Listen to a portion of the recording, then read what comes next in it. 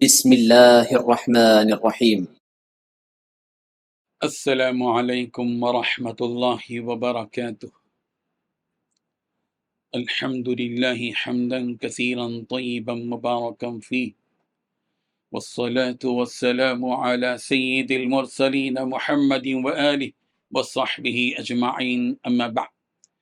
حاضرین و ناظرین، یہ درس نمبر 2286 ہے اور آج سورۃ النازعات کی 7 آیتوں کی تلاوت اور تشریح کی جائے گی۔ آیت نمبر 27 تا 33، 27 to 33۔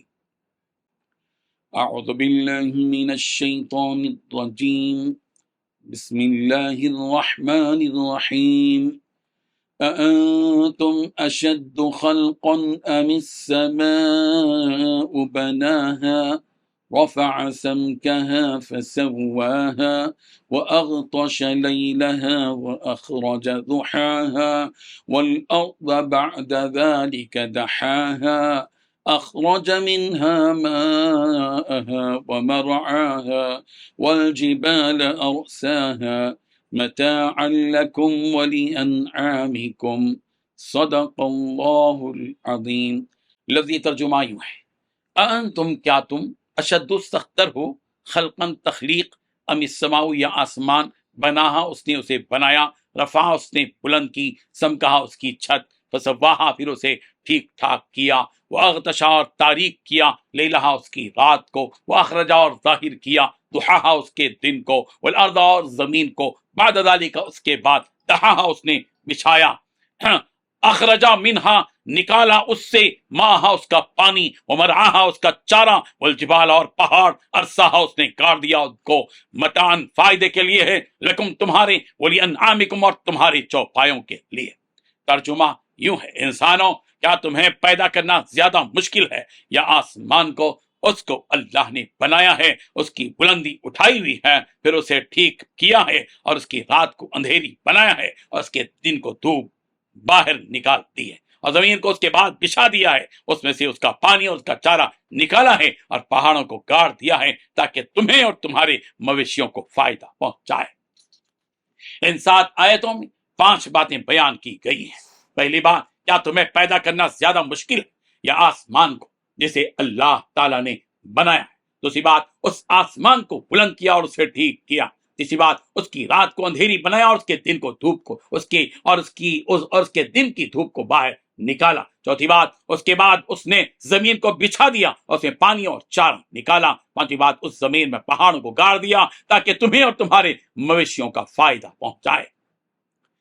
بزرگان محترم، کفار و مشرکین اللہ تعالیٰ کی نافرمانی اور اس کے ساتھ کفر و شرک کیا کرتے تھے، اور نبی رحمت صلی اللہ علیہ وسلم کی نبوت کا انکار کرتے تھے، اور ساتھ ہی مرنے کے بعد دوبارہ اٹھائے جانے کے منکر تھے۔ ان کی ان حرکتوں سے اللہ کے نبی صلی اللہ علیہ وسلم کو دینی تکلیف ہوتی تھی کہ انہیں اتنا سمجھانے اور کھول کھول کر بتانے کے باوجود یہ لوگ ان باتوں کا انکار کرتے ہیں۔ اسی وجہ سے اللہ تبارک و تعالیٰ نے پچھلی آیتوں میں نبی رحمت صلی اللہ علیہ وسلم کو تسلی دی کہ یہ تو ہر زمانے میں ہر نبی کے ساتھ ہوا ہے، لہذا آپ پیغمبر اپنے آپ کو تکلیف میں مبتلا مت کیجیے، تکلیف میں مت ڈالیے، دل تنگ مت کیجیے، صبر سے کام لیجیے، یہ سب کچھ اللہ تبارک و تعالیٰ پر چھوڑ دیجیے، توکل اختیار کیجیے۔ لوگ جو کچھ کر رہے ہیں اس کا بدلہ انہیں دیا جائے گا، جیسا کہ فرعون اور اس کی قوم کو دیا گیا۔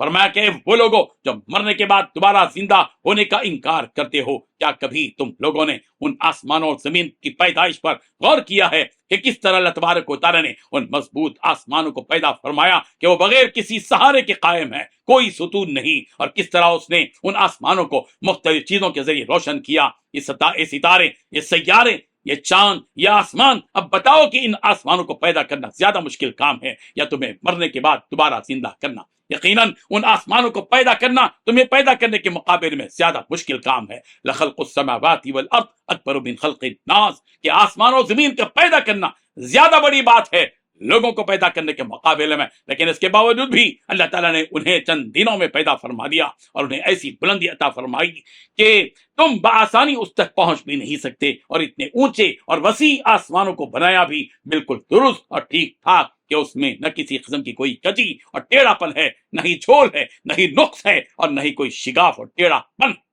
تو پھر تمہیں اپنے مرنے کے بعد دوبارہ اٹھائے جانے پر کیوں شک ہے، جبکہ یہ تو اس کے لیے بہت ہی آسان کام ہے۔ اولم یرو کیف یبدئ اللہ الخلق ثم یعید ان ذلک علی اللہ یسیر، کیا تم نے نہیں دیکھا کہ کس طرح اللہ تبارک و تعالی نے انسانوں کو پہلی مرتبہ پیدا فرمایا، وہ پھر سے انہیں دوبارہ زندہ کرے گا، اور یہ کام تو اللہ تبارک و تعالی کے لیے بالکل آسان ہے۔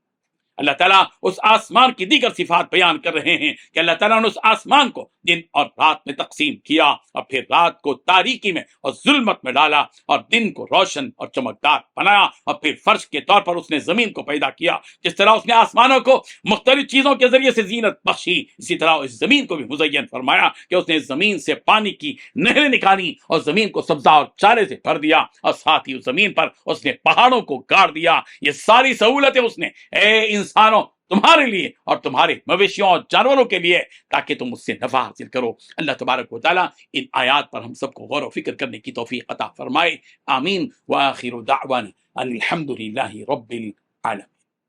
ڈیلی درس قرآن کو سبسکرائب کیجئے، اپنے تاثرات اور مشورے ارسال کیجئے، اور اپنے متعلقین کا گروپ بنا کر انہیں روزانہ درس قرآن بھیجئے اور اجر و ثواب پائیے۔ جزاکم اللہ خیر۔